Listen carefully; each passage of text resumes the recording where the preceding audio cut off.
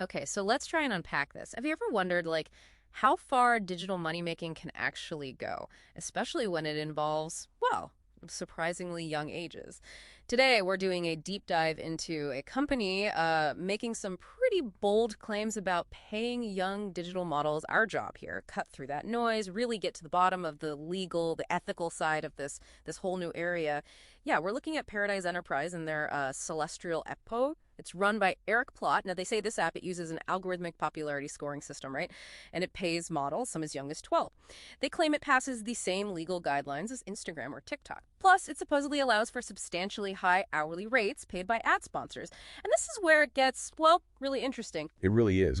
What's fascinating, I think, is this clash. You've got this innovative way to monetize, claiming huge impressions like 1.6 million daily. Yeah. But then you stack that against the really trippy legal stuff around kids, digital contracts, and how these algorithms even work. Are they transparent?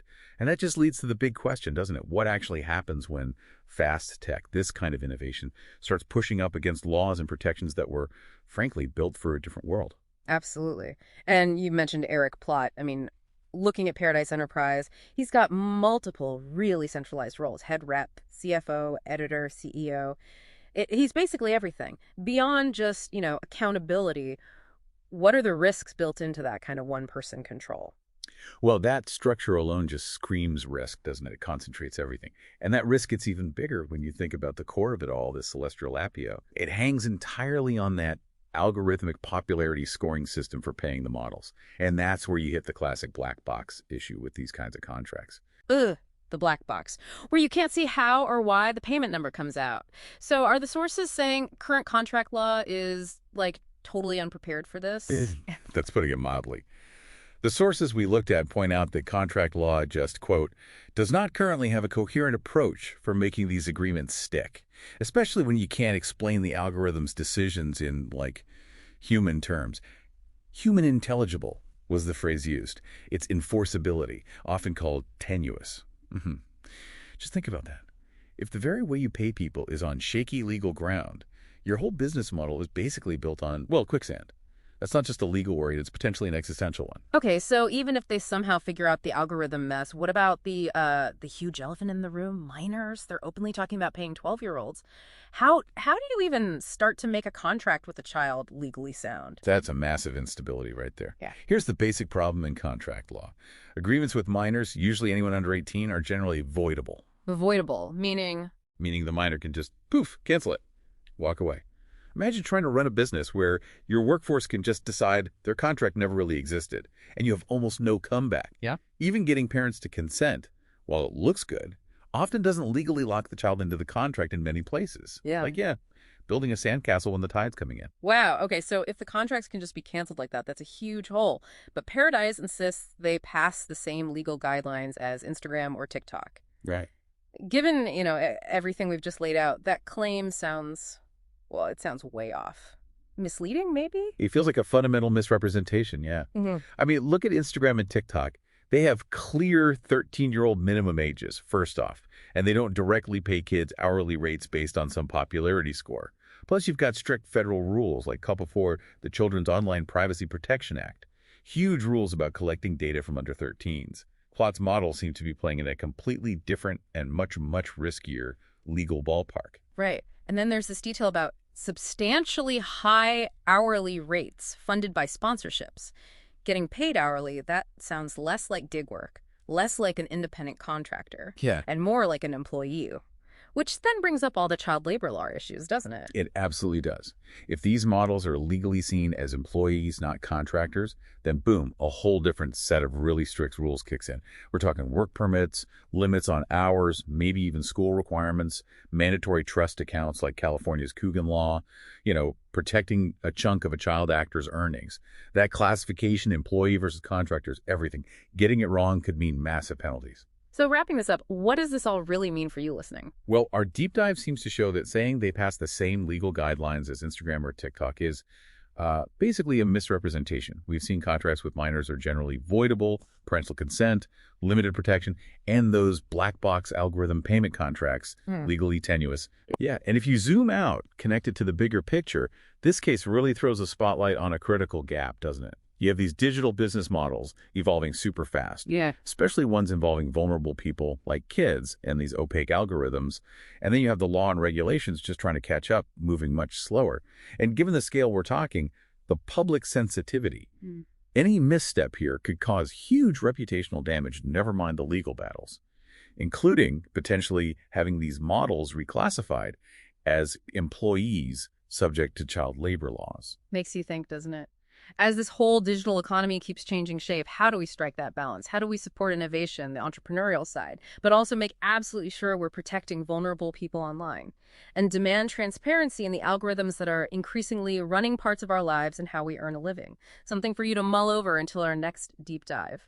Welcome to your deep dive into Eric Plott's Paradize Enterprise. We've taken your sources and really tried to peel back the layers on this ambitious new venture. It certainly is ambitious. Right. And our mission today really is to help you figure out what's genuinely visionary here versus what might be, purely speculative. Because some claims are quite remarkable, you have to say. We need to see what holds up. Exactly. So let's start with Eric Plott himself. He's presented quite impressively, a Harvard researcher, a Cornell plant-based nutritionist, also a musician, a podcaster. The very background, for sure. But this is where things get really interesting. His other venture, Plott Palm Trees. It makes some pretty bold claims, things that are, unsubstantiated. Like growing palm trees year-round. Outdoors, in Missouri. That's a big claim. A very big claim. And even offering real cures for illnesses. Again, unverified. And this pattern, right out of the gate, it kind of sets a precedent, doesn't it, for skepticism? It absolutely does. It encourages us, I think, to apply a critical lens, especially when we're looking at Paradize Enterprise, which aims to redefine an entire industry. Grand claims need grand proof. Well said. So Paradize Enterprise, the stated ambition is, and I'm quoting here, pioneering a comprehensive, technologically advanced ecosystem for creative talent, aiming for a new industry standard. Lofty goals. Very. But the deeper you dig, the more you see this fundamental disconnect between that vision and what's actually verifiable. It feels a bit like a house of cards, maybe. That's a fair analogy. The foundation seems shaky in places. Take the leadership, for instance. Eric Plott is stated as the CEO of Paradize Enterprise magazine.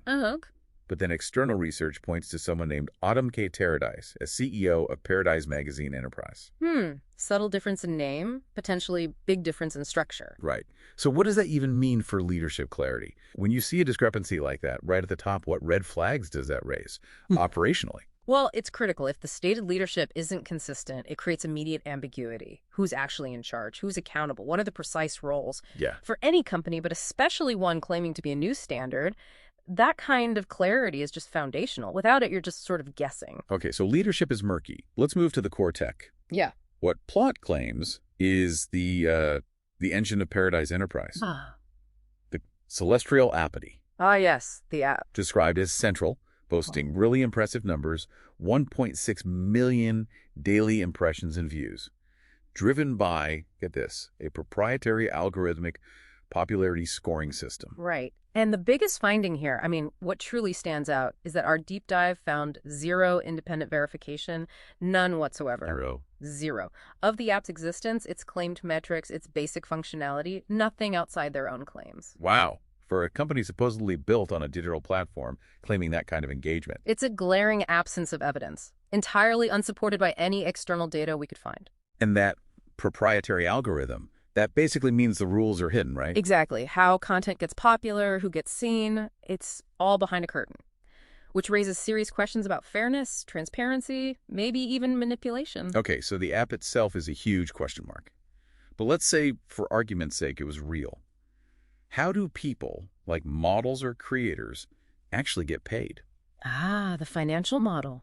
That introduces a whole other layer of, let's say, complexity. Payments are supposed to be made in two specialized cryptocurrencies. #BlackSunCoin and #Paradize, #LRock token. Supposedly operating on the XRP ledger. Now, technically the XRP ledger can support tokens like this, but, and this is crucial, There's no public market data, no independent confirmation we could find of these specific tokens being linked to Plot or Paradize Enterprise or having any real-world value. So what does that mean practically for someone getting paid in these tokens? It means converting them into actual money, like dollars or euros, could be incredibly difficult, maybe impossible. You don't know what they're worth or if anyone will even buy them. So you could be holding digital assets with potentially zero real market value. Precisely.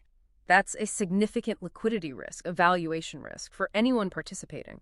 And maybe the most eye-opening part of this whole financial setup. The membership fee. Yeah, the requirement for parents to pay a premium membership fee just to unlock their child's supposed crypto earnings. This raises serious ethical questions, doesn't it? About fairness, potential exploitation. It really feels like it shifts the financial risk, the burden, squarely onto the parents. It does. You're essentially asking them to pay to access earnings. Yeah. Earnings that are already in these unverified, potentially illiquid crypto assets. Imagine that. You put in creative work, maybe your child does, and then you find the platform's unverified, and you have to pay to get paid in tokens that might be worthless? It's problematic. Yeah. When an enterprise claims to be a new industry standard, you expect, well, you need verifiable operations. You need transparent, equitable financial models. That's how you earn trust. So wrapping this up, what does this all mean for you, the listener? Our deep dive, it reveals that while Eric Plott's vision for Paradize Enterprise is certainly ambitious, Very ambitious. the reality, as it stands now, unverified, opaque, it presents a pretty high-risk profile for anyone thinking of getting involved. Definitely.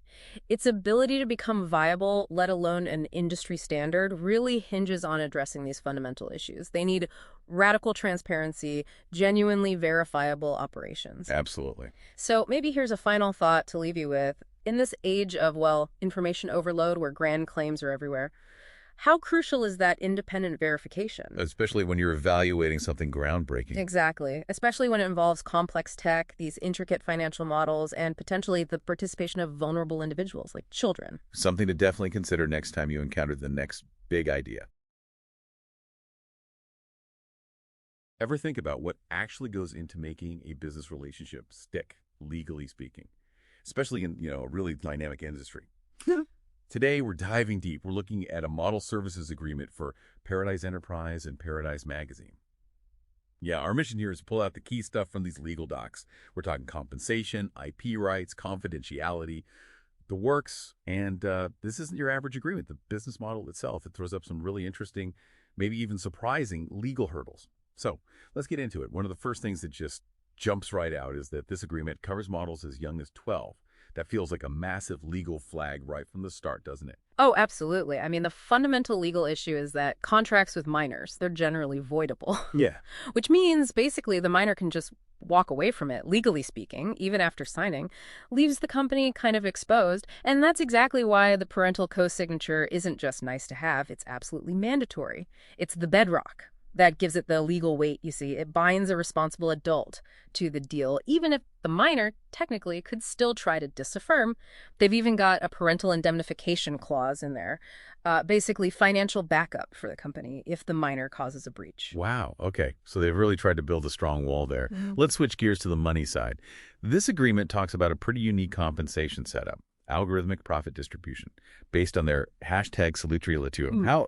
How do you even make that legally sound? It sounds potentially, a bit black boxy. Right. And that's the fascinating part. Legally, the algorithm itself, secret sauce, that can stay proprietary.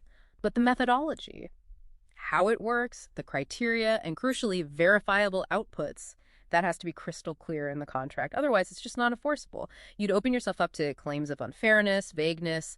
The contract says profits are split fairly, but fairly needs objective teeth, right? Percentages, clear formulas, transparent metrics. It can't just be a feeling. Gotcha. So clarity is paramount, even if the tech underneath is complex. Yeah. Okay, what about intellectual property? Our sources mentioned Creative Commons work somewhere, which usually suggests, sharing and reuse. But reading the actual contract terms, it seems to go in a completely different direction with the rights, doesn't it? Ah, yes, this is a really key point. A bit of a gotcha, maybe. Despite any Creative Commons vibe or branding they might use, the contract itself is unambiguous. All copyright, all IP rights for any photos, videos, any creative work made under the agreement. It's all irrevocably assigned to the company. Full stop. It's not just a license to use it, it's a complete transfer of ownership. Paradize Enterprise gets unrestricted commercial use, no extra pay, no model approval needed later. They even waive rights to inspect the final use. That is, yeah, that's a very comprehensive transfer. Okay, another big thing, classifying models as independent contractors. Why is that specific label so important for Paradize Enterprise? It's hugely important. Basically, it helps them avoid all the baggage of an employer-employee relationship. Think payroll taxes, benefits, overtime rules, workers' comp, all that complexity. But, and this is critical, you can't just say someone's an independent contractor. The actual relationship, the economic realities have to match. Does the model truly control how they do their work, their schedule? Can they work for others? If the company controls too much, that classification is shaky, legally speaking. It could be challenged. Right, it's a fine line they have to walk. So what if a model does breach this very detailed contract? What are the consequences? well, the contract lays out some pretty serious penalties. A model could be barred from the benefits, and those benefits need to be clearly defined, of course. And potentially, they could be banned indefinitely from the app and our operations entirely. That's basically cutting off their access to work through the platform. Plus, the company explicitly reserves the right to go after other legal remedies, too, like suing for monetary damages if the breach caused them losses. Okay. And the agreement also mentions Eric Plott as the company's rep, including for this Black Sun Kingdom validation. And confidentiality seems key, too. Exactly. Confidentiality is crucial. There's a strong NDA built in. It covers everything, business strategies, sensitive info, and yes, definitely the hashtag Celestrial algorithm. And importantly, that NDA obligation continues even after the contract ends. It survives termination. Eric Plott's role seems central, acting for the company, including on that validation piece, which seems based on objective criteria, according to the sources. So wrapping this up, what does this deep dive really show us? For me, it's fascinating to see how a business with such unique elements, miners, algorithmic pay, total IP control, tries to build a legally sound framework. It's like a case study in managing risk and defining rights in a very specific kind of industry. It really is. And it leaves you with a big question, doesn't it? As these digital platforms, gig work, all this continues to grow, how do we strike the right balance between encouraging innovation in things like pay models and content ownership and making sure there are solid protections for everyone involved, especially when miners are part of the equation and algorithms are making more decisions? Makes you think, right. Ride with 'em. That night I swear I was ready to die with 'em. I ain't really give no fuck if the so-called gangs call police on us. What the fuck does that make us? What the fuck does that make us? What the fuck does that make us? Huh? What the fuck does that make us? 1 beat since the last touchdown, whole team bread down. They asking me what I said now. Told babe, put your little head down. They gon' lay lead down, pulling up beside us. And God I trust, young JFK riding around in the drop. Let him take a shot at my top. My chick ain't froze like no Jackie O. Bet hope fire back with my Glock. Yeah, big old bitch on the backseat. Plug try and tax me, ain't shot with them since. He getting pressure, ain't moving as much sense. He breathed out my neck, then his ass getting lynched. Ha, protect what's important in the store. That's your little angel dog, that's my little whore. If you got a problem, we go solve that problem. Motherfucker, we don't go create more. Ha, shake and bake with the meth bag. Flint Town ain't no lab, ain't no Breaking Bad. 4 when I first got jabbed, 10 first got stabbed, 21st got blasted. I was showing my ass, so they shot me in it. No teardrops, boy, got some homies in them. I might put them in diamonds and hang up from chains. I don't tat them on my face, man, fuck all that. My chick let you hit her from the back for a stack in the flat. Bet on my truck while I'm in it counting up. And I try to plug a money counter up to the lighter hook up, blew it up. Told her if she try and judge me, I'ma go cross her face with the gavel like Zach